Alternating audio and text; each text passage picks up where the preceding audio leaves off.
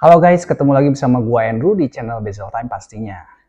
Judul video kali ini itu terinspirasi dari seorang subscriber yang bertanya. Jadi gue mau jawab pertanyaan lagi nih. Dari Bro Winelda strip WR06Y. Gue langsung bacain ya pertanyaannya. Bro, tolong bahas Seiko SPB 045 berikut komparasinya. Gue lagi bingung nih mau cari jam dress watch antara Seiko SPB atau Tissot PRX. Jadi bagaimana pembahasannya bro? Gitu. Oke, gue langsung jawab ya. Kita lihat dulu harganya di Tokopedia. Menurut harga-harganya ini kelihatan Bro Winelda ini punya budget sekian buat cari jam ya.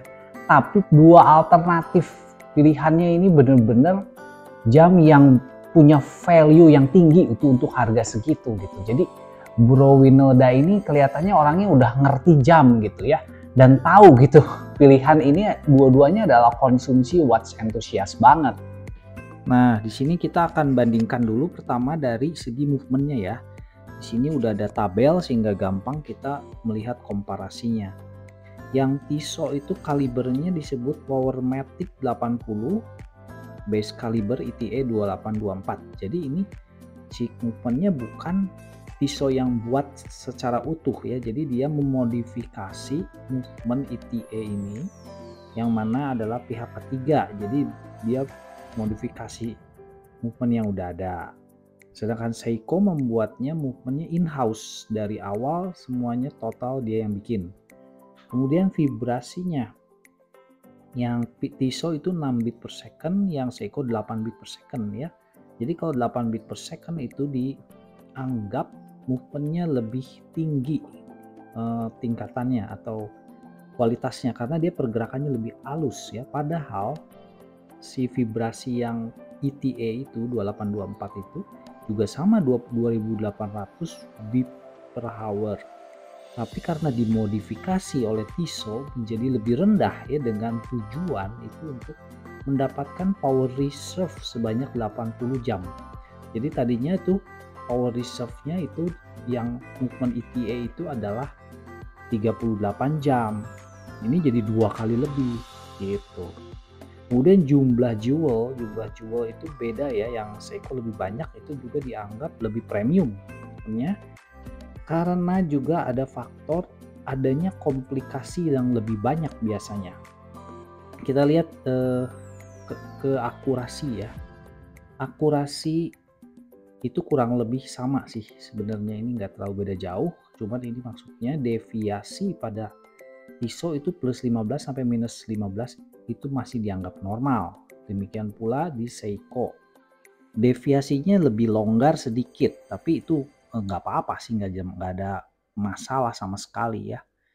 Kemudian komplikasi nih, kalau Tissot hanya ada tanggal, tapi kalau Seiko ada tanggal dan ada power reserve indicator.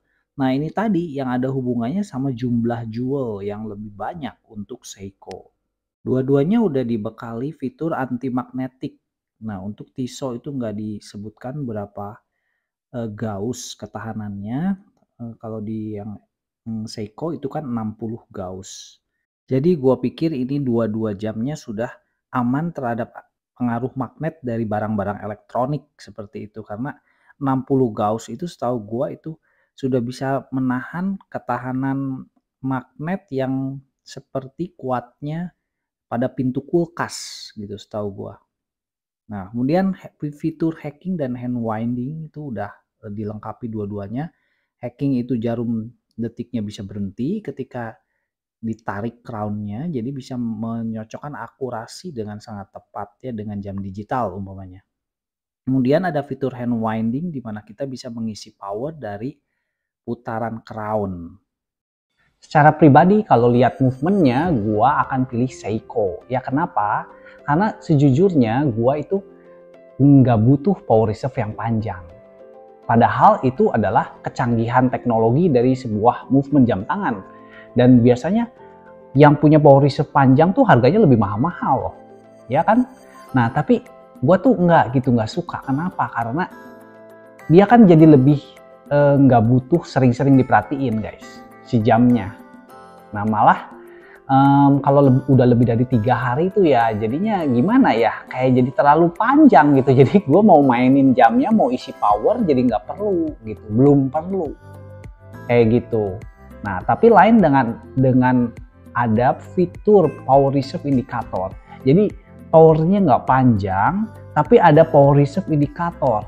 Nah itu gue paling suka tuh, karena kita jadi bisa kontrol kan itu powernya udah seberapa. Jadi itu yang bisa kita mainin sehari-hari guys. Jadi lebih bisa diperhatiin, lebih bisa dimainkan gitu. Kadang-kadang gue suka begini, kalau ada power reserve-nya nih ya, si jamnya kalau penuh power reserve-nya itu gue tuh suka males pakai dulu gitu, nggak usah dipakai dulu jamnya. Nanti kalau udah power reserve-nya turun, udah tinggal sedikit, baru gue pakai tuh. Jadi gue bisa merasakan gitu kalau si power itu naik gitu ya, jadi seneng gitu. Jadi kayak hidup gitu, jamnya lebih hidup. Jadi kalau Tissot punya movement itu cocoknya buat orang yang sibuk kerja, dia butuh 1 jam yang benar-benar punya fungsi yang bagus, yang nggak usah khawatir kalau jamnya bakal mati gitu. Jadi kalau umpama kerja nih ya udah hari Jumat, udah sibuk kerja kan, Sabtunya libur tuh biasanya kalau di kantor ya.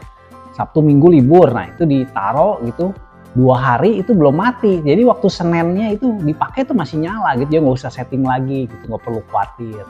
Nah kayak gitu, memang si Tissot ini luar biasa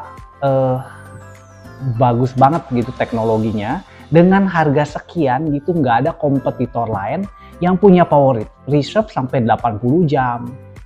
Rolex aja yang mahal-mahalnya bisa belasan sampai puluhan kali lipat daripada jam ini, dia cuma 72 jam, 3 hari doang. Jadi ini waduh, nggak ada brand lain yang setahu gue ya yang bisa menyaingi gitu sampai 80 jam dengan harga 10 jutaan. Nah kita lanjut ya ke segi desain dan finishing. Jadi kalau Tissot PRX itu kelebihan lainnya adalah di desainnya. Kalau seri Seiko itu di finishingnya. Satu persatu kita bahas ya. Kalau yang Tissot itu dia mengambil inspirasi desain dari dulu ada Tissot C-Star tahun 70-an. Nah itu sama tuh kayak begini kan si desainnya. Dan ternyata Tissot mengambil inspirasi model desain dari jam Rolex yang quartz. Yang waktu itu tidak terkenal dan termasuk gagal. Makanya sekarang nggak ada lagi tuh Rolex quartz. Diambil sama Tissot sebagai jam homage. Ya, jadi kala itu juga udah ada jam homage ya. Tissot kan ambil desain dari Rolex gitu. Nah, dan yang mendesain Rolex quartz ini adalah Gerald Genta ya. Jadi Gerald Genta kan yang mendesain 2 jam sport luxury yang paling ikonik seluruh dunia ya, apalagi kalau bukan AP Royal Oak dan Patek Philippe Nautilus kan. Jadi ternyata Rolex juga pakai nih Gerald Genta gitu ya. Gue juga baru baca gitu. Nah, begitu guys. Nah, tapi si Tissot ini menjadikan model ini itu menjadi jam diver pada saat itu. Jadi sejarahnya gitu guys. Jadi heritage-nya itu kalau jam yang modelnya sport luxury ini bukan dress watch tadinya.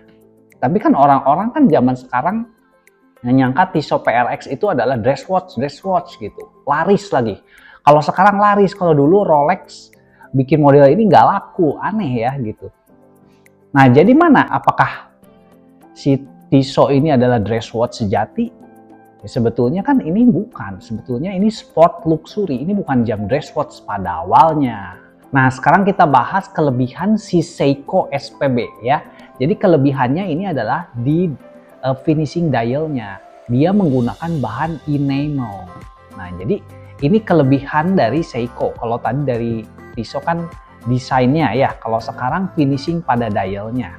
Jadi enamel itu kenapa dihargai oleh banyak kolektor jam tangan ya, karena dia tuh bahan seperti ada bahan kaca gitu yang melapisi dialnya bahannya logam, kemudian dilapisi oleh kayak kaca gitu, jadi permukaan jadi halus dan mengkilap gitu. Dan itu dibuatnya secara handmade ya, nggak seperti Tissot PRX dia logam kemudian dicetak oleh manufaktur pakai mesin gitu. Berikut adalah beberapa alasan kenapa jam enamel itu dihargai. Yang pertama adalah dari sisi craftsmanship-nya. Jadi orang yang membuat dial enamel itu harus punya keterampilan khusus yang tinggi, menggunakan teknik tradisional yang dibuatnya itu lama prosesnya, diaplikasikan, kemudian dibakar secara berulang-ulang, aplikasikan lagi, dibakar lagi di tempat pembakaran yang khusus gitu, sehingga hasilnya tuh menjadi spesial, unik gitu, yang nggak bisa dihasilkan oleh mesin.